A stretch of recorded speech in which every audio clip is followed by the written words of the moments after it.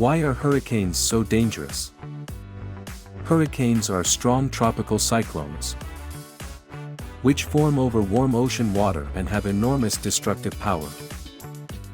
They originate in the tropical waters of the Atlantic, Pacific or Indian Ocean, and reach speeds of over 119 kilometers per hour. Category 5 hurricanes are the most dangerous. Their effects are devastating and can flood coasts, destroying houses and endangering lives. Preparation through evacuation and emergency supplies is crucial.